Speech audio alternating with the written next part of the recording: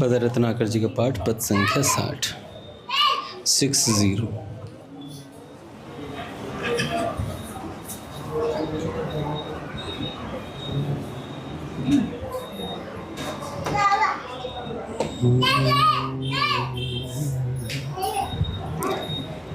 दिन रजनी तरु लता फूल फल, सूर्य सोम झिलमिल तारे। दिन रजनी तरु लता फूल फल, सूर्य सोम झिलमिल तारे। प्रतिपल प्रतिपदार्थ में तुम मुझ को देते रहते प्यारे। प्रतिपल प्रतिपदार्थ में तुम मुझ को देते रहते प्यारे। दिन रजनी तरु लता फूल फल, सूर्य सोम झिलमिल तारे। दिन रजनी तरु लता फूल फल, सूर्य सोम झिलमिल तारे। कितना दिया दे रहे, कितना इसका मिलता और न छोड़। कितना दिया दे रहे, इसका मिलता और न छोड़। कितना ही दो प्यास न बुझती, कहता सदा और दो और। कितना ही दो प्यास न बुझती, कहता सदा और दो। कभी नहीं मन मेरा भरता, कभी न पूरी होती आस। कभी नहीं मन कभी न पूरी आस। इतना देने पर भी कर अब हेला रहता सदा उदास। इतना देने पर भी कर अब हेला रहता सदा कोसता रहता तुमको, सदा बताता रहता दोष। सदा कोसता रहता तुमको, सदा बताता रहता दोष। कभी नहीं कृतज्ञ होता मैं, कभी नहीं पाता संतोष। कभी नहीं कृतज्ञ होता मैं, कभी नहीं पाता संतोष। इतने पर भी तुम प्रभु मुझको नहीं भूलते पल भर एक। इतने पर भी तुम प्रभु मुझको नहीं भूलते पल भर एक। नहीं ऊबते नहीं खींचते, देते रहते रख निज टेक। नहीं ऊबते नहीं खींचते, देते रहते रख निज टेक। जरा दोष अपराध न गिनते, बिना हेतु करते उपकार, जरा दोष बिना हेतु करते उपकार, तुमसे तुम ही अतुल मनस्वी, तुमसे तुम ही अमित दातार, तुमसे तुम ही अतुल मनस्वी, तुमसे तुम ही अमित दातार, तुम जो कुछ भी देते सब में, मधुर सुधारस भरा अनंत, तुम जो कुछ भी देते सब में, मधुर सुधारस अनंत, है समर्थ कर देने में जग की सारी ज्वाला का अंत, है समर्थ कर देने में जग की सारी ज्वाला का अंत, मन मेरा यदि तनिक अमृत कण लेकर उसमें रम जाता, तन मेरा यदि अमृत कण लेकर उसमें रम जाता, मिट जाते सब दुख तुम्हारा, सुख में दर्शन पा जाता, मिट जाते सब दुख तुम्हारा, सुख में दर्शन पा जाता, अब तो तुम ही कृपा करो, तुम ही सब कुछ मन का हर लो, अब तो तुम ही कृपा करो, तुम ही सब कुछ मन का हर लो, अपनी मधुर सहज अनुकंपा से मुझको अपना कर लो, अपनी मधुर सहज अनुकंपा से अपना कर लो, राधा राधा राधा राधा राधा राधा श्री राधा, राधा राधा राधा राधा श्री राधा, राधा राधा राधा राधा राधा राधा श्री राधा,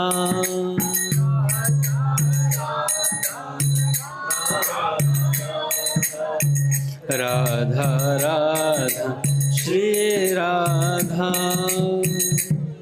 बोलिए राधा माधव सरकार की जय। पूज्य श्री भाई जी महाराज की जय। पूज्य श्री राधा बाबा की जय। पूज्या मैया की जय। अपने प्यारे भैया की जय। पूज्य दादा की जय। भक्तवत्सल भगवान की जय।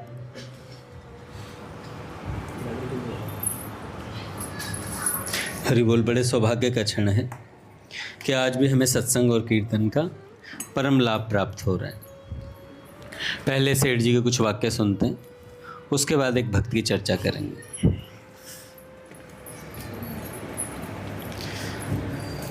सेठ जी कहते हैं, सेठ जी का ये प्रवचन गोरखपुर का है। सेठ जी कहते हैं, हम लोगों को अपना समय अमूल्य समझना चाहिए। अभी तक हम लोग समय का मूल्य नहीं समझे हैं। मूल्य भी जो लोग समझते हैं वे अपनी अपनी बुद्धि के अनुसार समझते हैं। हम लोगों को उत्तम पुरुष की बुद्धि का आश्रय लेना चाहिए। एक राजगीर है, वह अपने समय की उतनी कीमत समझता है जितनी उसकी दिन भर की मजदूरी है। उसकी मजदूरी यदि 8 आना है तो वह दिन भर की कीमत 8 आना समझेगा। वह 1 घंटा भी व्यर्थ बात नहीं करना चाहता।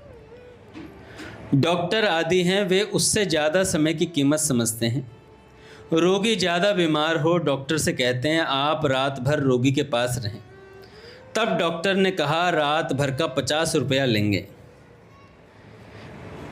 वे भी अपने समय का मूल्य 50 रुपये समझते हैं। एक वकील होता है, वह भी अपने समय की कीमत समझता है। उससे 1 घंटा बात की तो 32 रुपये फीस का बिल भेज दिया। ये सेठ जी अपने समय की बातें बता रहे हैं। अब नहीं, अब तो 32,000 हो सकती है। उसने समय की कीमत 32 रुपये समझी। बैरिस्टर उससे भी ज़्यादा कीमत समझते हैं भैया। पर आध्यात्म बुद्धि से विचार किया जाए तो वे सब के सब मूर्ख हैं जो अपने समय को बेचते हैं। 25,000 रुपया महीना वेतन वाला भी घाटे में ही है। वह भी समय की कीमत नहीं समझता। समय की कीमत हम बतला ही नहीं सकते भैया। लाख रुपया दिन की कीमत बता दी, वह भी थोड़ी है। समय की कीमत रुपयों से नहीं होती। रुपयों से क्या होता है? सुख मिलता है, ऐश आराम की वस्तुएं आ जाती हैं। समय की कीमत के बदले हम हिंदुस्तान का राज्य दे दें, वह भी उसके सामने कुछ भी नहीं है। यदि हम कल ही मर गए तो वह राज्य भोग 1 दिन का ही तो हुआ।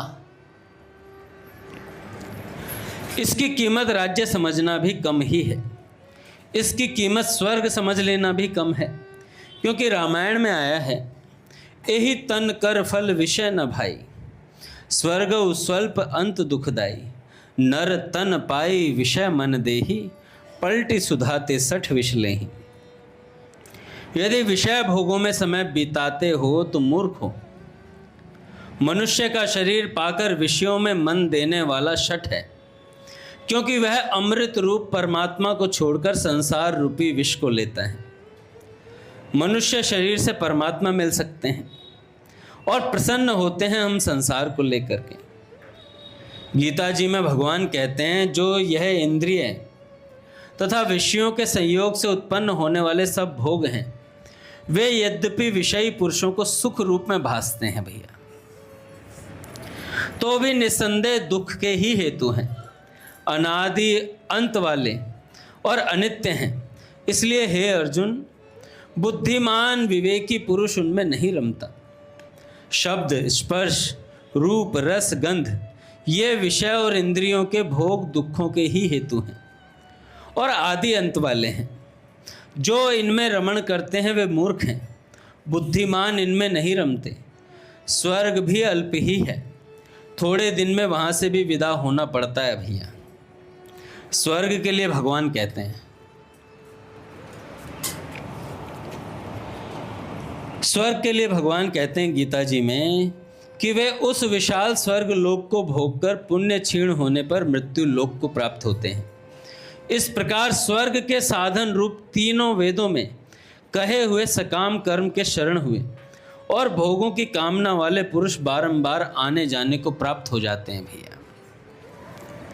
अर्थात पुण्य के प्रभाव से स्वर्ग में जाते हैं और पुण्य क्षीण होने से वापस आ जाते हैं। तो स्वर्ग भी कोई विशेष वस्तु नहीं है। संसार के भोगों में जो अपना समय बिताता है उसकी शास्त्रों में निंदा की गई है। विचार करना चाहिए कि समय किस काम में लगाना चाहिए। अच्छा, ये तो स्वर्ग तक की बात बताई थी। भगवान तो कहते हैं आ ब्रह्म बहुनान लोका, ब्रह्मा जी के लोक तक से वापस आना पड़ जाता है भैया। अपना समय बहुत ऊंचे काम में लगाना चाहिए, सेठ जी कहते हैं। और सबसे ऊंचा काम क्या है? सेठ जी कहते हैं वो सबसे ऊंचा काम है भगवान का भजन। राज्य के लिए, स्वर्ग के लिए, तीनों लोकों के राज्यों के लिए भी नहीं लगाना चाहिए समय। यह अमूल्य समय उसके लिए नहीं है। मान लो दिन भर परिश्रम करने के बाद आपको त्रिलोकी का राज्य मिल गया और कल ही आपकी मृत्यु है, तो त्रिलोकी का राज्य कौन भोगेगा भाई? यदि इसके लिए समय बिताते हैं तो भूल करते हैं। समय उस काम में बिताना चाहिए सज्जनों, जिसमें आपका समय बिताना सार्थक हो जाए, जिसका फल नित्य हो, पूर्ण हो। आपकी जिस क्रिया का फल अपूर्ण मिले, उस क्रिया को उसी समय छोड़ दें। पूर्ण अपूर्ण क्या है? अपूर्ण है आज तक संसार के भोग भोगे, क्या कभी तृप्ति हुई? नहीं हुई। रोटी खाने से कभी पेट भरा? आज रोटी खाई, कल फिर खाएंगे।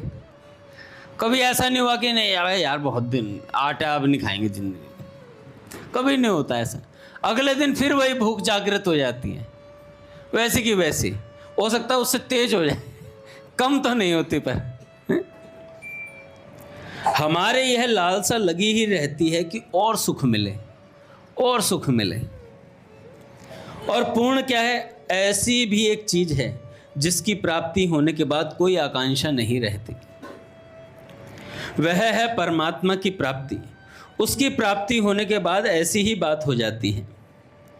गीता जी में कहा गया है, सेठ जी कहते हैं, इंद्रियों से अतीत केवल शुद्ध हुई सूक्ष्म बुद्धि द्वारा ग्रहण करने योग्य जो अनंत आनंद है, उसको जिस अवस्था में अनुभव करता है और जिस अवस्था में स्थित हुआ वह योगी भगवत स्वरूप से नहीं चलायमान होता है। परमेश्वर की प्राप्ति रूप जिस लाभ को प्राप्त होकर उससे अधिक दूसरा कोई लाभ नहीं होता भी। एक भगवान की प्राप्ति से बड़ा कोई लाभ नहीं है, सेठ जी कहते हैं। अत्यंत सुख वह है जिसकी कोई सीमा नहीं है, जो इंद्रिय जन्य है, इंद्रियों से अतीत है। इंद्रिय जन्य नहीं है, इंद्रियों से अतीत है और बुद्धि ग्राह्य है, और जिसको जानने के बाद वह व्यक्ति कभी विचलित नहीं होता। जैसे घड़ा जल से पूर्ण हो जाता है, तब जल भरने की गुंजाइश नहीं रहती, पूरा भर जाता है। इसी प्रकार जब हृदय आनंद से भर जाता है तो फिर कोई गुंजाइश नहीं रहती भोगों के भरने की। वह सुख हम सबको मिल सकता है। सेठ जी कहते हैं आनंद है, आनंद है, आनंद में रहेंगे। कौन सा आनंद है? पूज्य भाई जी कहते हैं उछलता आनंद है। उछलता आनंद हमारे लिए तो उछलता आनंद है। जिसकी आयु आज ही समाप्त हो रही है उसका भी अधिकार है। समय आपके हाथ में नहीं रहा, किंतु अब भी चेत हो गया तो गुंजाइश है भैया कि गई सो गई, अब राख रही को, कि जितनी उम्र चली गई सो तो चली गई, अब जो बची है उसे भगवान में लगा देना है। कल एक कोई कह रहा था कि बूढ़े होने पर भी लोग भजन नहीं करते। मैंने कहा भाई संतों का तो कहना यह है कि बचपन का अभ्यास नहीं है। जिस चीज़ का अभ्यास होता है वही बुढ़ापे में याद होती है, वही स्मृति में आती है, वही स्मरण में रहती है। अगर अभी अभ्यास नहीं करा, हम लोग सोचते हैं ना कि आज नहीं कल कर लेंगे, कल नहीं परसों भजन कर लेंगे, ऐसा नहीं होता है। जो होना है वो आज ही होना है। सेठ जी कहते हैं शबरी माता की तरह रोज अपने हृदय की बुहारी लगाओ, कि रोज इसको बुहारो, इसे साफ करो, सत्संग से इसमें बुहारी लगनी चाहिए। और बुहारी लगेगी तो किस लिए लगानी है बुहारी? इसलिए नहीं कि मैं शुद्ध हो जाऊं, मेरे भीतर परमात्मा है, इसलिए कि राम जी आएंगे इस हृदय में। इस हृदय में राम जी का पदार्पण होगा, इसलिए रोज अपने हृदय की सत्संग से धुलाई होनी चाहिए, है ना, नाम से धुलाई होनी चाहिए। इसलिए तो सत्संग कीर्तन नाम जपी सभा में दिया गया है। ये तो और क्या कारण हो सकता है भाई? सेठ जी कहते हैं एक क्षण में परमात्मा की प्राप्ति हो सकती है। जैसे गुफा में 1000 वर्ष से अंधकार है, उस पूरी गुफा में एक क्षण में प्रकाश हो सकता है। अंधकार नहीं कहेगा कि हम इतने दिन से यहाँ हैं, तुम प्रकाश क्यों करते हो, अंधकार नहीं कह सकता। ऐसे ही कितने ही जोर का पापी हो, उसके लिए भी भगवान के यहाँ गुंजाइश है, मूर्ख के लिए भी गुंजाइश है। मूढ़ के लिए भी गुंजाइश है। भगवान कहते हैं अंत काले च मामेव स्मरण मुक्त्वा कलेवरम। जो पुरुष अंतकाल में मेरे को ही स्मरण करता हुआ शरीर को त्याग कर जाता है वह मेरे साक्षात स्वरूप को प्राप्त होता है। भगवान कहते पूरी जिंदगी का नहीं कह रहा मैं, अंत समय में जिसने मेरा छूट है ये अंत समय की, कि किसी भी प्रकार से भगवान का स्मरण हो जाए, नाम याद आ जाए, चित्र दिखाई दे जाए, भगवान की स्मृति आनी चाहिए बस, और इतने से काम हो जाता। भगवान कहते हैं इसके लिए छूट है अंतकाल में, क्योंकि बेचारा जा रहा है, पूरा जीवन व्यतीत हो गया, मेरा स्मरण नहीं आया। तो इसलिए संतों ने कहा कि भगवान ने छूट दे रखी है अंतकाल में। इसलिए सेठ जी परम सेवा का बहुत महत्व बताते हैं। सेठ जी कहते हैं कोई मरता हो, कोई मरणासन हो, उसे भगवान का नाम सुनाना चाहिए। किसी भी तरह उसके आसपास कुत्ते, गधे, घोड़े ये सब हटा दो, वरना जो जिसकी आवाज़ आएगी उसका स्मरण होगा। मान लो कोई मरने वाला है, उसके पास में कोई भैंस रंभा रही है, सच में जैसे ही भैंस की आवाज़ आएगी उसके भैंस को चिंतन आएगा, भैंस बन जाएगा।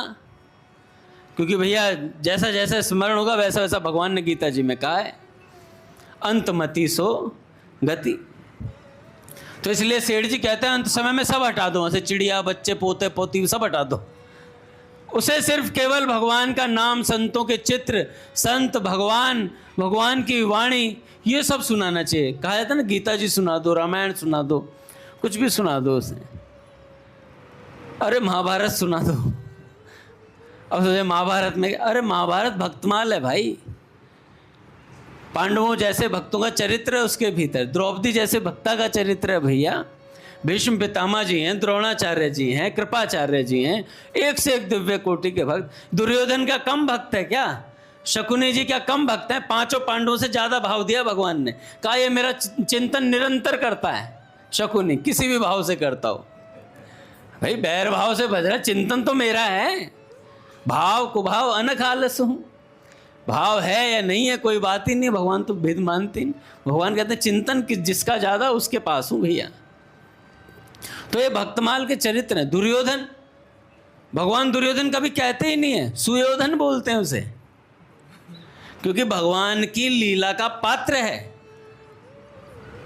भगवान की लीला का पात्र बना हुआ है भैया। युद्ध करवाना भगवान ने अपने सारे इंस्ट्रूमेंट चुन रखे हैं, किससे क्या काम करवाना है। शकुनी जी से भांजे भांजे बुलवाना था तो पूरी महाभारत में भांजी भांजी करता रहा। तो ये सब लीला के पात्र हैं भैया। कर्ण से भगवान कितना प्रेम करते हैं, सबसे प्रेम करते हैं भैया, ऐसा कोई भक्त नहीं है उसमें, सबसे बहुत भगवान प्रेम करते हैं। वो शिशुपाल था जिसने भगवान को गालियाँ दी थी, 100 गालियाँ। भगवान ने कहा कि बस शिशुपाल बहुत हो गया, 101 देते ही उसको सुदर्शन चक्र से उसका शीश उतार दिया, और उसके बाद उसकी जो आत्मज्योति थी अपने चरणों में विलीन कर। इतनी नफरत करते थे तो आत्मज्योति को अपने चरणों में विलीन करने की क्या आवश्यकता थी? कह देते थे कहीं और चली जा, रावण के पास, कहीं नरकों में चली जा, नहीं भेजा, अपने चरणों में। वो भी भगवान का प्यारा है भैया, कोई ऐसा नहीं है। सब मम प्रिय सब मम उपजाए, भगवान कह देते हैं रामचरितमानस में, सारे मेरे प्रिय, सब मेरे उपजाए हुए हैं भैया, कोई बुरा नहीं है, ऐसी बात भगवान कहते हैं। तो ये भक्तमाल है भैया, विलक्षण भक्तमाल। और भगवान अपने भक्तों से बड़ा प्रेम करते। एक बार क्या हुआ, ग्वाल वालों से भगवान चाहते थे इन ग्वाल वालों के ब्रज में रहते हैं तो इन सब के पाप नष्ट हो जाएं, तो एक बार ये समझ जाएं कि मैं भगवान हूँ। ठाकुर जी ने मधुमंगल वगैरह सारे सखाओं से बोला, भाई तुम जानते हो मैं कौन हूँ? मधुमंगल कह रहा चेला है तुम्हारा, हैं? भाई सारे सखा तो अपना यार ही मानते, सब ऐसे ही भाव से बोलते हैं भैया।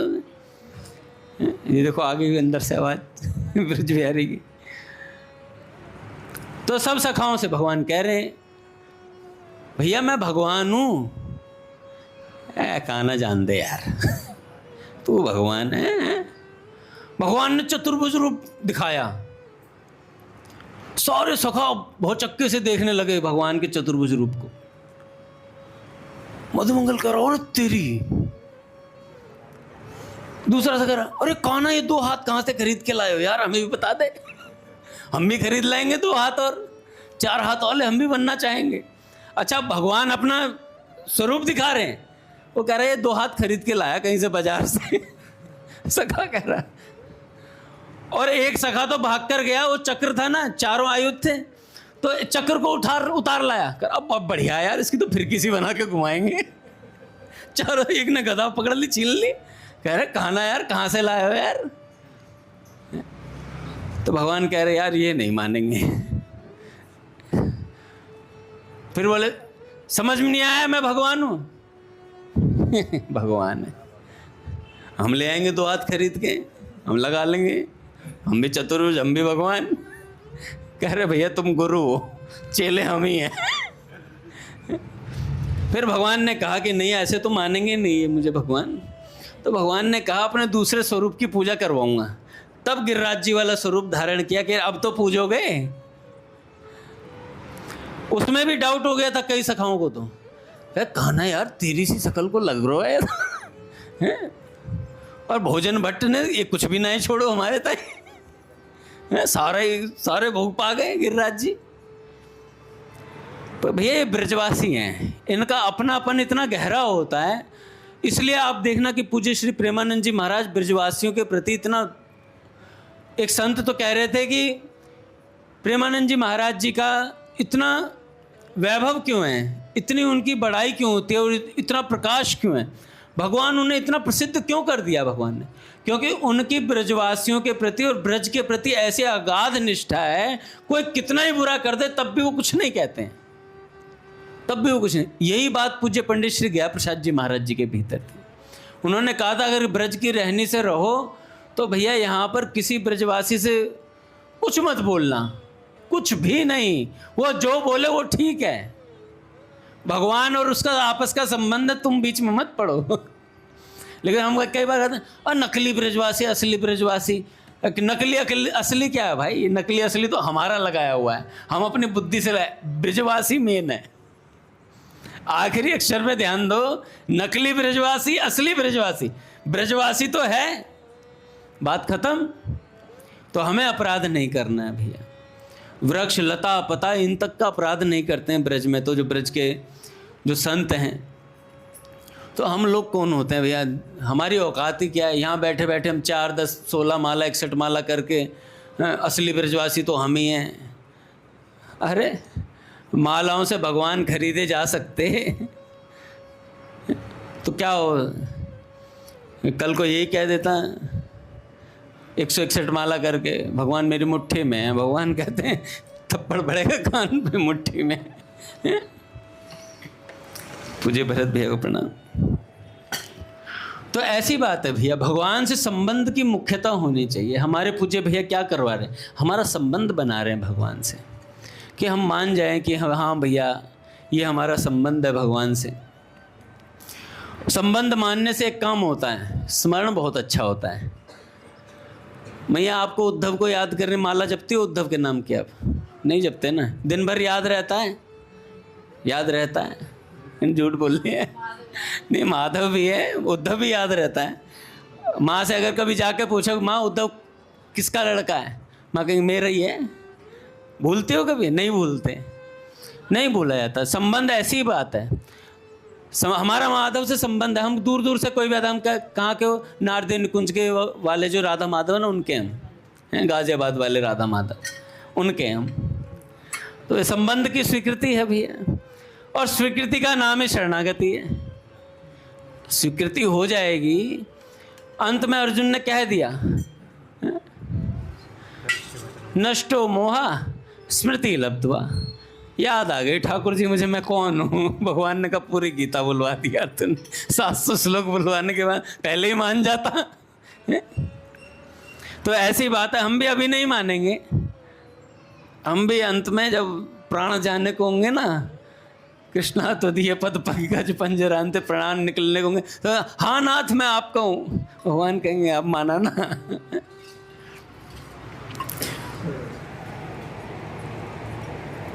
तो भगवान कहते हैं यदि मरने के समय भगवान की स्मृति हो गई तो हमारा कल्याण हो जाए भैया। सेठ जी कह रहे हैं कैसे भी भगवान का स्मरण आ जाए। पापी के लिए भगवान कहते हैं अपीचे सो दुराचारो भजते माम अनन्य भाग।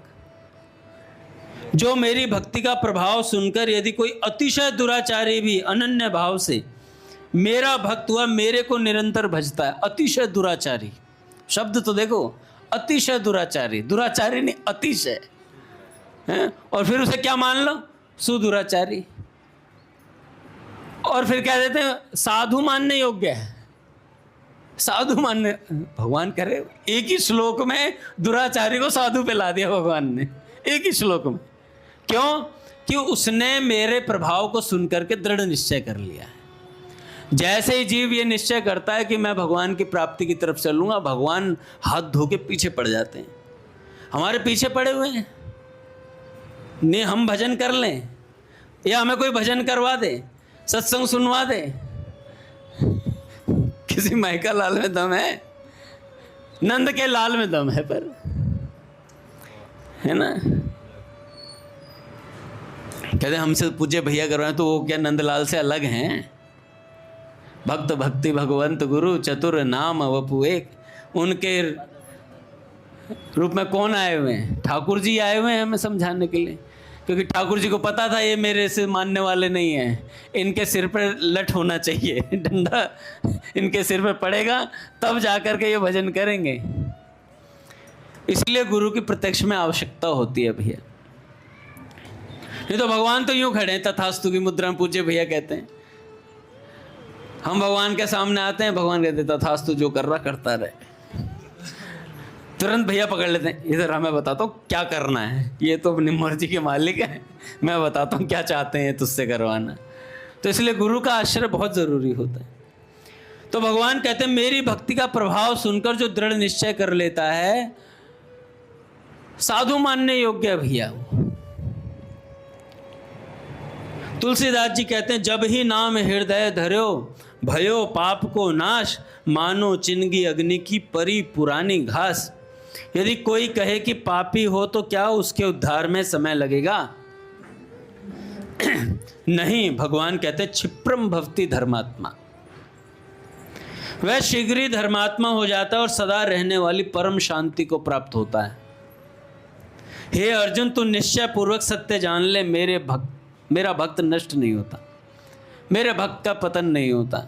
न में भक्त प्रणश्यति, धर्मात्मा ही नहीं बल्कि सदा रहने वाली परम शांति को प्राप्त होता है तथा उसका पतन नहीं होता। दुराचारी भी साधु बन जाता है, और यदि साधु हो तो कहना ही क्या। दुराचारी भी कैसा? अतिशय दुराचारी। दुराचारी था परंतु अब साधु हो जाना चाहिए, वह जल्दी ही धर्मात्मा बन जाएगा। हमें हिम्मत बांधनी चाहिए। जब भगवान की इतनी प्रतिज्ञा है तो हम ऐसे क्यों नहीं बन सकते? जब भगवान की इतनी प्रतिज्ञा है तो हम ऐसे क्यों नहीं बन सकते? मूढ़ के लिए भी भगवान कहते हैं हे अर्जुन, उस परम पुरुष परमात्मा को कितने ही मनुष्य तो शुद्ध हुई सूक्ष्म बुद्धि से ध्यान के द्वारा हृदय में देखते हैं, तथा अन्य कितने ही ज्ञान योग के द्वारा देखते हैं, और दूसरे कितने ही निष्काम कर्म योग के द्वारा देखते हैं, अर्थात प्राप्त करते हैं। पायो परम पद हाथ सो जात, गई सो गई अब राख रही को। गई सो गई अब राख रही को। जो बीत गई सो बीत गई, जो बाकी है उसकी रक्षा करो। इसमें यावन मात्र मनुष्य का अधिकार है। असंख्य कोटि जीव हैं, उनमें से हम लायक हैं। हम क्यों? क्योंकि हम मनुष्य बने हैं, हम लायक हैं। उसे ही परमात्मा मनुष्य बनाते हैं जो लायक है। इस प्रकार का अधिकार पाकर भी हम परमात्मा को प्राप्त नहीं होते, इसमें हेतु क्या है? श्रेष्ठ जी कहते हैं अश्रद्धा। अश्रद्धा ही हेतु है। मुझे न प्राप्त होकर भटकता है, यह बात भगवान ने क्यों कही? जैसे राजा के पुत्र का जन्म सिद्ध अधिकार राज्य पर है, परंतु वह राजा की आज्ञा के विरुद्ध चलेगा तो कैसे काम चलेगा? तो राज्य न देकर उसे जेल भोगनी पड़ती है भैया। तो ऐसे ही हम भगवान के गोद के अधिकारी हैं, पर अगर विरुद्ध चलेंगे तो भगवान कहेंगे फिर दंड का भी अधिकारी है। और भगवान का दंड भी विलक्षण होता है, उनके दंड में भी कृपा छिपी रहती है। कोई दंड देगा, पूज्य भैया कहते हैं हमारे, प्रियतम की प्रत्येक वस्तु प्रियतम होती है, तो उनका दंड भी तो प्यारा ही होगा भैया। हमें दिख सकता है हमारा मंगल होता हो, पर है मंगल ही उसमें। मंगल कब दिखाई देगा? अमंगल। एक संत की बात बताइए, मंगल अमंगल हमारे जीवन में कोई घटना घट रही है बहुत तगड़ी, मान लो मेरा कल टांग कट गई, मुझे लगा अरे बाप रे बाप, अंगद दास की टांग गई। सत्संग बोलता था, भगवान ने टांग काट दी। बताओ कितना भगवान तो पत्थर हैं। हो सकता है जिसकी टांग कटी है वो अंगद दास भी कह दे भगवान तो पत्थर हैं। ये बात कब समझ में आएगी? जब संत बताएंगे, सत्संग के माध्यम से हमें समझाएंगे कि भाई कटना तो तेरा सिर था, कट गई टांग, ऐसी बात है, कट गई टांग। इसलिए रहिए सत्संग उजागर में। सत्संग के उजागर में रहेंगे तो हमें बातें समझ में आती रहेंगी धीरे धीरे। बुद्धि विक्षिप्त भी होगी, मन नहीं लगेगा, मन उधर भटकेगा इधर भटकेगा, फिर वापस आ जाएगा। क्यों? क्योंकि संतों के और भक्तों के मध्य में रहेंगे ना, तो रघुनाथ जी पकड़ लाएंगे, अंगद दास कहाँ जा रहा है, टंकी वाले पार्क में घूम रहा, बता कहाँ जा रहे हो। ऐसे पकड़ पकड़ के भक्त ले आते हैं भैया। तो राजा के पुत्र का राज्य पर पूर्ण अधिकार है गिरधर, पर उस पुत्र को अधिकार तभी मिलेगा जब वो राजा की आज्ञा में चलेगा, और आज्ञा में नहीं चलेगा तो जेल में डाल देगा राजा। कहेगा पुत्र हो या कोई हो भैया, राजदंड तो सबके लिए बराबर है। इसी प्रकार हमारा भी परमात्मा की प्राप्ति पे जन्म सिद्ध अधिकार है। वह परमात्मा की प्राप्ति हमें ना हो तो हमारे लिए कितने शोक की बात है। भगवान ने हमें जन्म भर में अपनी प्राप्ति के काफ़ी मौके दिए, फिर भी हमने सारे जन्म भगवान की प्राप्ति नहीं हो सकी, इतने सारे जन्म ले लिए। अब अंत समय में भी भगवान की स्मृति हो जाए तो सज्जनों काम बन जाए, सज्जनों काम बन जाए।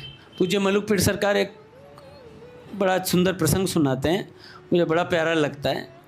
एक भक्त थे भरत भैया, और वो सत्संग सुनने जाते थे। एक महात्मा थे, उनका नाम शायद हरिनाम दास कुछ ऐसे ही नाम था, ध्यान। उन महात्मा के पास सत्संग सुनने जाते थे, बड़ा भाव से सत्संग सुनते भैया। पूरा दिन उनका सत्संग में व्यतीत होता था। आश्रम में आ जाते थे सुबह, फिर सत्संग में सेवा में ऐसे ही उनका जीवन चल रहा था। एक दुख था उनके जीवन में। क्या दुख था? वो कहते थे मेरा बेटा भजन नहीं करता, मेरा बेटा भजन नहीं करता है। तो एक दिन गुरुजी ने कहा कि हमसे मिलवा दो, थोड़ा हमसे मिलवा दो। तो उन्होंने कहा कि महाराज जी वो आएगा नहीं, यहीं से सामने से क्रिकेट खेलने जाता है आश्रम के। तो महाराज जी ने कहा कि यहाँ तक तो आएगा दरवाजे, तुम दरवाजे पे रोक देना बस, बाकी मैं देख लूँगा। उन्होंने कहा कि गुरुजी प्रयास करता हूँ। जा रहा था, बैट हाथ में था, किल्लियाँ लेके चल रहा था। तो पिता ने कहा कि बेटा एक बार प्रणाम तो कर जा, मेरे गुरुदेव हैं, बात एक ही, तेरे भी गुरुदेव हुए, तो एक बार प्रणाम कर जा। कह रहे नहीं नहीं पिताजी टाइम नहीं है बिल्कुल भी। इतना बोला, कह रहे नहीं एक बार तो रुक जा। और जैसे ही वो रुका, उन महात्मा जी ने कमंडलू से जल लिया और जल छिड़क दिया। उसकी तो किल्लियां बैट बैट सब छूट गया वहीं। उसी दिन से सत्संग में आने लगा, उसी दिन से सत्संग में आने लगा। ये विकेट की बात तो मैंने ऐड करी है, वो कहीं और जाता था, खेलने जाता।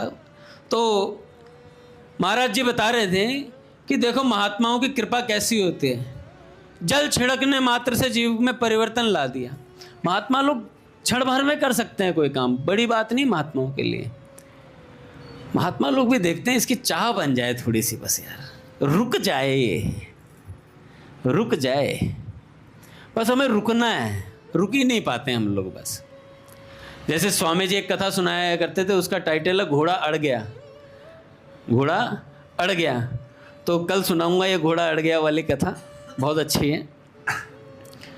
तो घोड़ा अड़ जाना चाहिए। ऐसे ही हमारे जो मन का घोड़ा है ना, बहुत भग रहा है इधर उधर, अगर ये सत्संग में टिक गया, कीर्तन में टिक गया, महात्माओं के संग में टिक गया, तो काम हो जाएगा। पर ये टिक ही नहीं पाता है, इसको टिकाने के लिए भी बहुत छित्तर मारने पड़ते हैं। ये संतों के चांटों से ही रुकता है ये भी। तो सेठ जी कहते हैं, भैया यदि हमें भगवान की प्राप्ति नहीं हुई तो बड़े दुख की बात है। मनुष्य शरीर मिला है तो हमें कोशिश करके परमात्मा की प्राप्ति कर लेनी चाहिए, नहीं तो फिर मौका मिलने वाला है नहीं भैया। ये जो तुझे दिखते हैं अपने सगे, प्यार में पगे हुए से नजर आते हैं सारे, बाहर से लगते हैं प्यार में पगे कि हम तुम्हारे बिना रह नहीं सकते, और ये है चांद तारे घोड़े सब हाथी यहीं ला दूंगा, कुछ नहीं, सब झूठे हैं, एक नंबर के झूठे। पूज्य भैया उस दिन सत्संग में कह रहे थे ना, व्यक्ति को सबसे ज्यादा कोई वस्तु प्रिय है तो अपने प्राण, उससे ज्यादा कोई वस्तु प्रिय नहीं है। अगर वो अपने पुत्र से इतना ही प्यार करता था तो उसमें जाकर, आग में जाकर बचाकर क्यों नहीं लाया? दूसरे से मदद क्यों मांगे? यानी उसे पुत्र से ज्यादा अपने प्राण प्रिय हैं, इसलिए दूसरे से मदद मांगे कोई दूसरा चला जाए। तो भैया हर व्यक्ति को अपने प्राण ज्यादा प्रिय होते हैं। क्यों प्रिय होते हैं? क्योंकि ये प्राण कोई और नहीं है, स्वयं श्री कृष्ण है भैया, स्वयं श्री कृष्ण। इसलिए हमारा भीतर की तरफ बहुत लगाव रहता है अपनी आत्मा से, और भगवान हमारे आत्मा की भी आत्मा है भैया। मेरे जीवन के जीवन, मेरे जीवन, भूल गया मेरे जीवन के रस है, मेरे है भीतर बाहर, मेरे है केवल सर्वस। मैं नहीं जानती कुछ भी अतिरिक्त तुम्हारे प्रियतम, मैं नहीं मानती कुछ भी बस तुम्हें छोड़ कर प्रियतम, मैं नहीं मानती कुछ भी बस तुम्हें छोड़ कर प्रियतम। तो भैया हमारे प्राण जो हैं हमें सबसे ज़्यादा प्रिय हैं। इसलिए भैया भगवान का भजन सेठ जी कहते हैं, जिसने प्राप्ति नहीं करी, मनुष्य शरीर मिला है तो हमें कोशिश करनी चाहिए, परमात्मा की प्राप्ति कर लेनी चाहिए। यदि कोई प्राप्ति कर ले तो उसने क्या समय का सदुपयोग किया? साधक ने पूछा सेठ जी से। सेठ जी कहते हैं हाँ, उसने समय का थोड़ा सदुपयोग किया है, क्योंकि अपनी आत्मा का कल्याण तो थोड़े समय में ही हो सकता है। यदि यह बात समझ में आ जाए तो कटिबद्ध होकर अपने समय को बिताएं। इस प्रकार करने वाला अपना ही नहीं अपितु सारे संसार का उद्धार कर सकता है। इस मनुष्य शरीर में ऐसी शक्ति है, यदि आप कहें कि ऐसा अभी तक नहीं हुआ, ठीक है, पर ऐसा करने के लिए मनाही तो नहीं है, हो तो सकता ही है भाई। भगवान ने ऐसी बात नहीं कही कि इससे बढ़कर आगे और हो नहीं सकता। पट खुलेंगे महाराज, अभी पट ही नहीं खुले। श्री राम जय राम जय जय राम,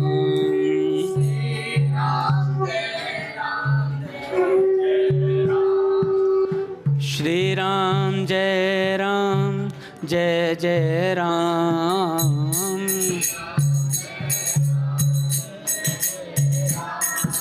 श्री राम जय राम जय जय राम,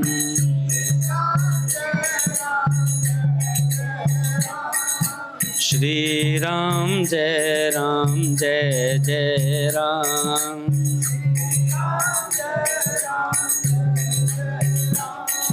जय जय श्यामा जय श्याम। जय जय श्री वृंदावन धाम।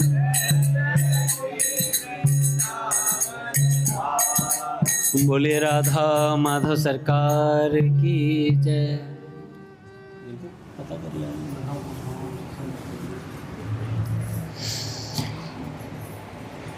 तो सेठ जी ने कहा, जितने महात्मा हुए हैं उन्होंने हजारों लाखों का कल्याण किया, पर उनसे बढ़कर भी कोई मनुष्य हो सकता है? जब तक हमने यावन मात्र जीवों का कल्याण नहीं किया तब तक क्या किया? अपना उद्देश्य यह बनाना चाहिए हमारी ऐसी योग्यता हो जाए कि हमारे दर्शन स्पर्श से ही लोगों का कल्याण हो जाए।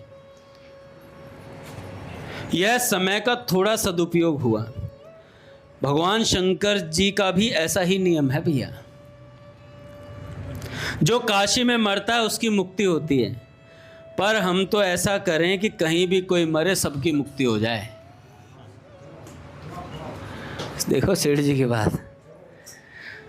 पर हम तो ऐसा करें कि कहीं भी कोई मरे सबकी मुक्ति हो। असंभव कुछ भी नहीं है। पता नहीं कौन से संत की बात मैंने सुनी थी, उन्होंने कहा कि शंकर भगवान भी मुक्ति किस बल पर देते हैं। शंकर भगवान भी किस बल पर मुक्ति देते हैं? राम नाम के बल पर मुक्ति देते हैं, राम नाम के बल पर। और वो राम नाम सबके लिए सुलभ है। सुमिरत सुलभ है, कैसे था भैया? सुमिरत सुलभ सहज सब काहू है, लोक लाहू पर लोक निभाहू। तो भैया यहाँ लोगे वहाँ तक निभेगी भैया। और ये राम नाम ऐसा है कि जिसे दे दोगे, जिसे सुना दोगे, वो कहीं पर भी हो उसकी मुक्ति निश्चित है। इसलिए सेठ जी ने परम सेवा का विधान रखा है। कमेटी बनाई हुई थी एक कि ये बंदे परम सेवा होगी तो कहीं भी कोई मरेगा, ये जाएंगे 10 जने भगवान का नाम सुनाने, भगवान का कीर्तन करने के लिए। जो काशी में मरता है उसकी मुक्ति होती है, पर हम तो ऐसा करें कहीं भी कोई मरे सबकी मुक्ति हो जाए। असंभव कुछ भी नहीं है, पशु भी असंभव को संभव कर लेता है, फिर हमारे लिए क्या कठिन है। एक दृष्टांत आता है, एक पक्षी था, उसने समुद्र के किनारे अंडे दिए। समुद्र अपनी लहरों में बहाकर अंडों को ले गया। तब सभी पक्षियों ने मिलकर अपनी चोंचों से जल बाहर निकालकर समुद्र को खाली कर दिया भैया,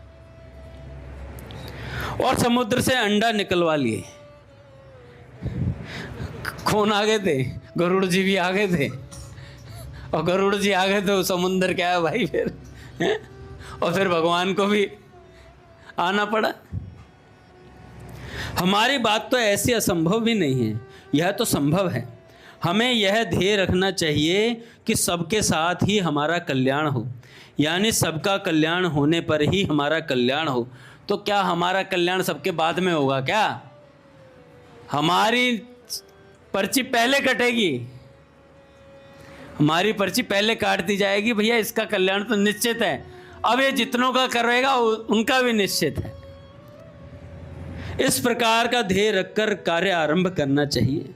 कसौटी से कस लो, हीरा और कांच में क्या भेद है? लोहे का एक औजार के भीतर घुस जाएगा तो हीरा है, फूट जाएगा तो कांच है। सोना कितना ही तपाओ जलने का नहीं, और हीरा फूटने का नहीं। हीरे से बात याद आ गई। एक महात्मा थे, उनके पास पारसमणि थी, और पारस को लोहा छू जाए तो लोहा क्या हो जाता है? सोना हो जाता है। तो एक चोर को पता लग गई कि इन महात्मा के पास क्या है? पारसमणि है। चोर अगले दिन से बगलबंदी पहन करके, धोती पहन करके शिष्य का नाटक करने के लिए चला गया। और गुरुजी के पास पहुंचा। गुरुजी प्रणाम दंडोत।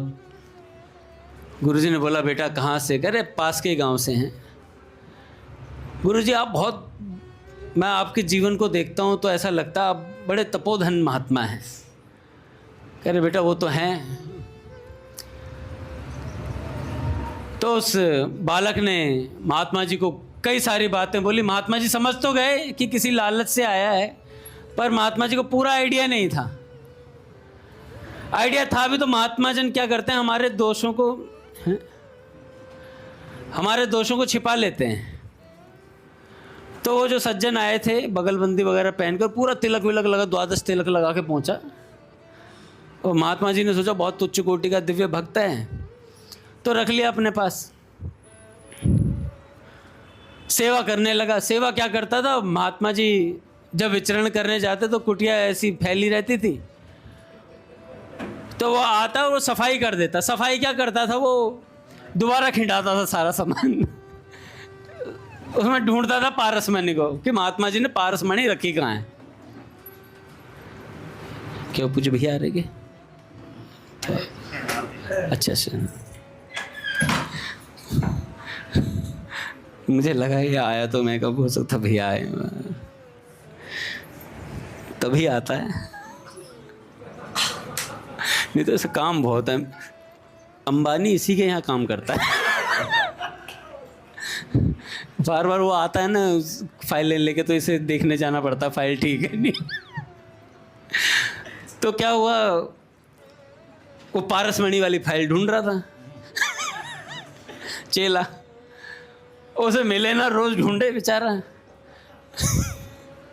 और गुरुजी को रोज कहते गुरुजी जैसे ही सुबह प्रसाद लें, गुरुजी थोड़ा टहल ले आओ। गुरुजी कह रहे ये बड़ा मुझे टहलने भेजता है,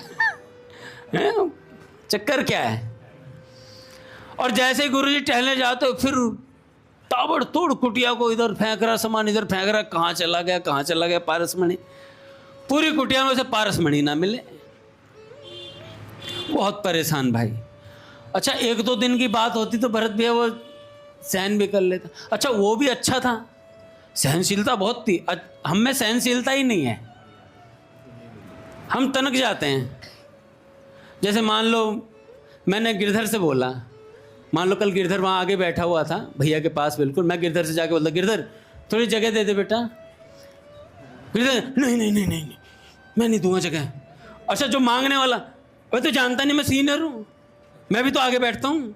फिर एक भरत भैया जैसे सीनियर ने बोल दिया, अरे भैया अंगद जी आप तो रोज ही आगे बैठते हैं। तो रोज आगे बैठता हूँ तो आज नहीं बैठूंगा।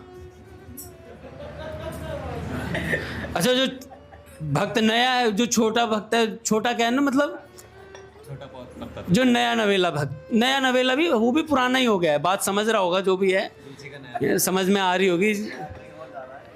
तीर निशाने पे लग नहीं रहा, क्योंकि तीर के निशाने पे एक बंदा और था जो दोनों साथ थे। कल ले लूंगा उसे। अब क्या हुआ, अब वो कह रहा है मैं आगे ही बैठता हूँ, और जो भक्त बैठा हुआ है मैं हट नहीं सकता। मैं कहा यार तू तो इतना सत्संग सुनता है, इतने प्यार से सुनता है, और जो आगे बैठा वो भी बेशर्म है, वो भी हट नहीं रहा है, वो सत्संग वो भी सुनता है भरपूर। तो सुनने पर भी हमारे अंदर भीतर सहनशीलता नहीं था, उसके अंदर सहनशीलता थी, क्योंकि वो पारसमणि चाहता था। ऐसे जब हम भगवान को चाहेंगे तो सब सहन कर लेंगे, और भगवान को नहीं चाहेंगे तो हम तुनक तुनक के घूमते रहेंगे। मैं कभी रघुनाथ जी से नाराज हूँगा, रघुनाथ जी कहेंगे चला जा, आना तुझे यही अंगद दास। तो पारसमणि ढूंढ रहा था वो गिरधर। पारसमणि ढूंढते ढूंढते उसे 6 महीने हो गए। रोज गुरुजी को भेज दे, गुरुजी जाओ, सौंफ दे देता मीठी, गुरुजी चबाते हुए जाओ, और वो चबाता हुआ चला जाते। गुरुजी रोज घूमने आए, गुरुजी भी कह रहे ढूंढ ले बेटे, छिपाई भी ऐसी जगह तुझे तो मिल नहीं सकती। भरत भैया 2 साल हो गए, 2 साल हो गए लगातार उन्हीं महात्मा के यहाँ पर रोज उसका यही कार्यक्रम था। 11 बजे गुरुजी को भोजन खिला देता और गुरुजी को टहलने के लिए भेज देता। गुरुजी शाम तक आते, इतने वो कुटिया को उधेड़ता, फिर बुन देता, यही हाल था उसका रोज का। एक दिन गुरुजी आए, 2 साल हो गए थे लगभग। गुरुजी उस दिन जानबूझ के जल्दी आ गए, तो कुटिया उधड़ी पड़ी थी।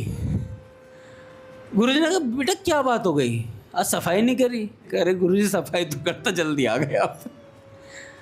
कह रहे बेटा क्या ढूंढ रहे हो? कह रहे नहीं गुरुजी कुछ नहीं। कह रहे नहीं तेरे नेत्र तो बता रहे हैं, लाल हो रहे हैं बिल्कुल, कुछ तो ढूंढ रहा था तू। कह रहे नहीं गुरुजी कुछ नहीं ढूंढ रहा था। कह रहे बेटा सच सच बता दे, तू कोई मणि वणि ढूंढने आया था ना यहाँ? गुरुजी चेला समझ गया, गुरुजी तो अंतर्यामी है। कह रहे बेटे जिस दिन पहले दिन आया था ना, तो उसी दिन पता था मुझे तू कुछ लेने आया है, और जिस चीज को तू ढूंढ रहा है उसके बगल में खड़ा है। चेला कह रहा कहाँ है? अच्छा, गुरुजी जिस आसन पे सोते थे उसी के नीचे एक डिबिया में लोहे की पारसमणि रखा था। गुरुजी ने कहा बेटा देख इस लोहे की डिबिया में। कह रहे हो ही नहीं सकता, रोज देखता हूं इस लोहे की डिबिया को, रोज। इतना भी बेवकूफ नहीं हूं कि आपके ये खाट नहीं उठाई होगी मैंने, ये आसन नहीं उठाया होगा, ये भी झाड़ फूक के देख लिया मैंने इस लोहे की डिबिया में। हो ही नहीं सकता पारस। कह रहे क्यों? कह रहे पारस स्पर्श करते ही लोहा सोना हो जाता है। गुरुजी ने एक थप्पड़ मारा, पट, खोल के देखी से। जैसे ही खोला तो एक कपड़े में बंद था, कई कपड़ों में लपेट के गुरुजी ने रखा, तो स्पर्श ही नहीं हो पा रहा था, लोहे से स्पर्श ही नहीं हो पा रहा था। चेला कह रहा गुरुजी क्या युक्ति है? गुरुजी ने कहा बेटा युक्ति में ही मुक्ति है, युक्ति में ही मुक्ति है। कह रहे गुरुजी कहना क्या चाहते हो? कह रहे बेटा कहना चाहता हूं तू नाम तो लेता है, पर नाम तेरे हृदय को स्पर्श नहीं करा है अभी। सत्संग तो सुनता है, सत्संग तेरे हृदय को स्पर्श नहीं करा है। संत का सेवन तो करता है, पर संत के सिद्धांत को स्पर्श नहीं करा है तूने अभी। जिस दिन स्पर्श कर लेगा उस दिन तो सोना क्या, संत तो संत ही बनाते हैं भैया। इतनी बात सुनी चेला, क्योंकि 2 साल से सत्संग कर रहा था भैया, 2 साल से रोज सत्संग सुनता था महाराज जी से, उनका संग कर रहा था। किस लिए? पारसमणि के लिए। लेकिन उसका असर ये था कि आज गुरुजी ने एक बात सत्संग की समझाई तो पारसमणि फीकी पड़ गई। कहा गुरुजी अपने पास ही रखो और इसी कपड़े में बंद करके लोहे की डिबिया में ही वापस रख दो, वहीं वापस रख दो। बस ऐसी बात है भैया, हम सत्संग सुन रहे हैं, कीर्तन कर रहे हैं, सब चीज़ कर रहे हैं, हमें संतों का स्पर्श ही नहीं हो रहा। वही ढाक के 3 बार, सुबह हुई, शाम हुई, जिंदगी तमाम हुई। प्रोग्राम होता है तो मुंह उठाकर बगलबंदी सी पहन के आ जाते हैं, चमकीले कपड़े पहन करके, ठीक है, लोग हमें भक्त समझ लेते हैं। मेरे को तो एक पद याद आता है, जब जब मैं नए कपड़े पहनता हूँ तब तब मेरे को बहुत बुरा लगता है, अंदर से पता नहीं क्यों फीलिंग नहीं आती सच में। और जितने पुराने कपड़े पहनता हूँ उतना अच्छा लगता है, इतना मज़ा आता है बता नहीं सकते। कोई ना देखे, कमरे में बंद हो जाए, कोई मिले ना जुले ना, कोई ऐसा कुछ ऐसी बंदोबस्त हो जाए, पर हो नहीं पा रहा है। रोज़ 50 लोगों के बीच में जाना पड़ता, पर ऐसा महसूस होता है हम अकेले ही हैं। क्यों महसूस होता है? भगवान हमें पकड़ना चाहते हैं, इसलिए महसूस होता है, इसलिए महसूस होता है। हमारे पूज्य भैया ने हमारे भीतर एक ऐसी चाबी भर दी है भजन सत्संग की कि हम चाहें भी तो संसार में नहीं रह सकते। अर्जुन प्रभु थोड़ा लेट आए तो 15 मिनट में सोच रहा हूँ लाभ दे दूँ इन्हें सत्संग का। बाकी जो ध्रुव जी कह रहे हैं तू तो 15 मिनट आगे बढ़वा देगा, हम भी तो यहाँ बैठे हैं कई देर से, हमारा नुकसान हो जाएगा, 15 मिनट जल्दी खत्म होना था। बोलिए भक्तवत्सल भगवान की जय। आरती करते हैं महाराज।